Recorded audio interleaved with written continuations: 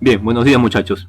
Ahora vamos a comenzar con las escuelas psicológicas, es la primera parte. Bien, comencemos. Ahora vamos a empezar con lo que es el estructuralismo, que es la primera escuela psicológica que va a aparecer. Como ustedes ya saben, el estructuralismo es la primera escuela psicológica que se va a agregar a las teorías mentalistas. El estructuralismo es una escuela psicológica fundada por Wilhelm Wundt, aunque en realidad el que va a desarrollar pues por completo esta teoría es su propio discípulo. Me refiero a Edward Titchener. Pero hablemos de Wilhelm Wundt. Él, como ya saben, es el fundador también de la psicología experimental, en el año 1879, como recuerdan, donde funda el primer laboratorio de psicología experimental en la Universidad de Leipzig, Alemania. Pero previo a esto, Wundt ya había tenido ciertos estudios, tratados que había elaborado, que son considerados pues los antecedentes de la psicología, como es por ejemplo su tratado de psicología experimental, titulado Principios de la psicología fisiológica. A partir de aquí es que él va a influenciar en este grupo de teorías mentalistas, como es el caso del mismo estructuralismo, del funcionalismo, el psicoanálisis, la psicología cognitiva, pero claro, menos el conductismo, que era una crítica que se oponía a este estudio de la conciencia. Pues el objeto que va a proponer Wundt como el objeto de la psicología ya no sería el alma, sino la conciencia, exactamente la experiencia consciente, el estudio de la mente. Es así como Wundt va a definir ahora la psicología, aquella ciencia que estudia la mente, las experiencias conscientes. Y como él mismo lo afirma también, pues, esta escuela va a sugerir que la conciencia está estructurada por tres elementos fundamentales, que son las sensaciones, las imágenes y las emociones. Y para poder llegar a conocer esta estructura, Wundt va a proponer el método de la introspección, pero una introspección que va a ser controlada, ¿no? Un experimento controlado, que se ejecuta justamente en el laboratorio que él va a fundar, donde su propósito va a ser descubrir las leyes que gobiernan la combinación de estos elementos que hemos nombrado. Pero luego, en el futuro, este mismo método va a ser rechazado y criticado por la escuela conductista sobre todo, considerándola como poco objetiva. Además, como mencionamos aquí en la diapositiva, Wundt fue influido por el pensamiento de John Locke, que fue el fundador del empirismo inglés, allá por el siglo XVII aproximadamente. Y el principio por el cual se determinaba esta corriente era que nuestro conocimiento se originaba en la experiencia. Es la experiencia la que nos proporciona los conocimientos que usamos cada día. Ahora sigamos con la siguiente escuela, que es el funcionalismo. El funcionalismo es fundado por el filósofo y psicólogo norteamericano William James, y luego continuado por su discípulo John Dewey, entre otros. Ahora, esta corriente lo que va a hacer no es tanto estudiar las estructuras y los contenidos de la conciencia, sino más bien se va a orientar hacia los propósitos y qué función cumplen esos procesos mentales, esa conciencia. O sea, hacia dónde se dirigen, cuál es su finalidad, por qué actúan, por qué son de esa manera. Más que cómo son, la idea es buscar el por qué son así. El por qué en el sentido de a dónde apuntan, hacia qué. Ya que considera que nuestro comportamiento es guiado siempre hacia una finalidad. Siempre tenemos ese componente adaptativo, ¿no? Intentamos adaptarnos al mundo en el cual nos encontramos. La conciencia no funciona por sí misma, sino que la conciencia funciona de tal manera de acuerdo a la realidad del ambiente en el cual nos encontramos. Así que es muy importante pues ligar, relacionar esa conciencia con el mundo externo, el mundo que está allá afuera, porque es ese mundo por el cual nuestra conciencia actúa de este modo. Ahora, toda esa idea proviene más que nada por las obras de Charles Darwin, el científico Charles Darwin, en base a su teoría de la selección natural y el concepto de adaptación sobre todo. Y con respecto a su método, el funcionalismo admite la utilización de todo procedimiento científico en realidad, siempre y cuando tenga utilidad práctica.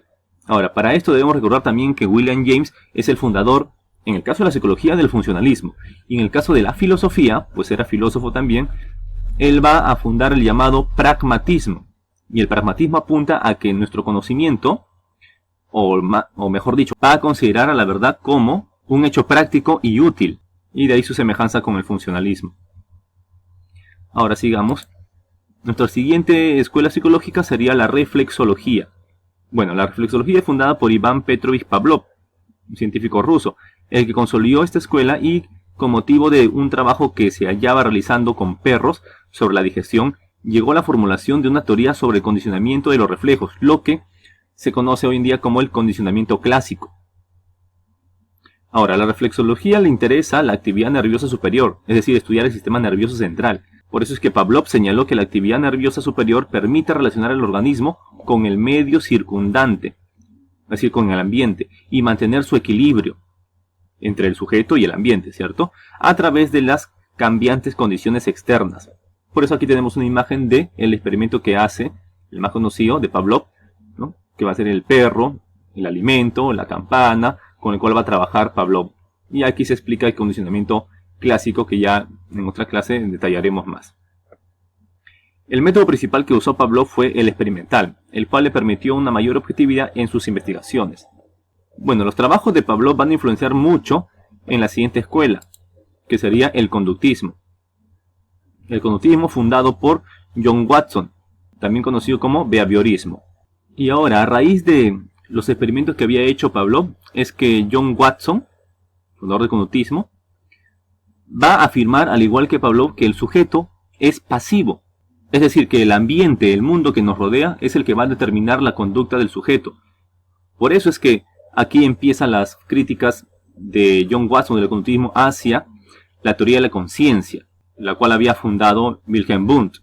Watson considera que el estudio de la conciencia es todavía demasiado abstracto, algo muy semejante a la psicología antigua cuando intentaba estudiar el alma, por lo cual no se la consideraba científica. Por ello es que Watson va a proponer como nuevo objeto de estudio, más que nada, a la conducta, ya que si tomamos como objeto de estudio la conducta, este sí sería un objeto que es observable, el cual sí se puede ver, percibir y sobre todo medir, es decir, es un objeto cuantificable. Ahora, estas ideas tampoco son tan nuevas porque ya en el siglo XIX, a mediados del siglo XIX, ya se habían planteado gracias al positivismo, que es una corriente filosófica fundada por Auguste Comte, un francés, el cual ya había dado las pautas para el camino de este nuevo conocimiento científico, donde éste afirmaba que el objeto de estudio más serio y científico tendría que ser dirigido hacia aquellos objetos que son observables, cuantificables, a lo que va a seguir la teoría de John Watson. Bueno, de este modo Watson lo que afirma es que el sujeto, tenga la conducta que tenga, esta puede cambiar si cambiamos su ambiente en el cual aprende. Si una persona es de tal o cual comportamiento, no va a creer que ese comportamiento que tiene lo va a determinar él mismo, por su propia voluntad. Si lo consideramos adecuadamente, acá se está diciendo pues que el sujeto no tiene esa voluntad para poder cambiar su comportamiento según como le parezca, sino que es el mundo que le rodea, el ambiente, el cual ejerce un poder sobre él, el cual lo determina. Por eso habíamos dicho que el sujeto es pasivo en este caso, ya que primero se dan los fenómenos de la naturaleza, los eventos, el ambiente, los hechos, los estímulos. Ya estos son los que van a presentarse ante el sujeto y estos son los que van a condicionarlo. Quiera o yo no quiera, pues este mundo va a influenciar en mí. Esto me lleva también a otro punto, a afirmar que el hombre no posee una esencia, que sea parte de él y que sea inalterable, sino que lo que el hombre es, y al juicio de Watson, el hombre es su comportamiento, el hombre es lo que hace, eso que hace, su conducta, puede ser modificada por el ambiente en el cual está sujeto. Viéndolo de esa forma, podemos decir pues que el conductismo es una teoría determinista, así como lo va a afirmar en el futuro el humanismo. Bien, por ahora eso sería todo. Ya en la siguiente clase elaboraremos las siguientes escuelas psicológicas. Gracias.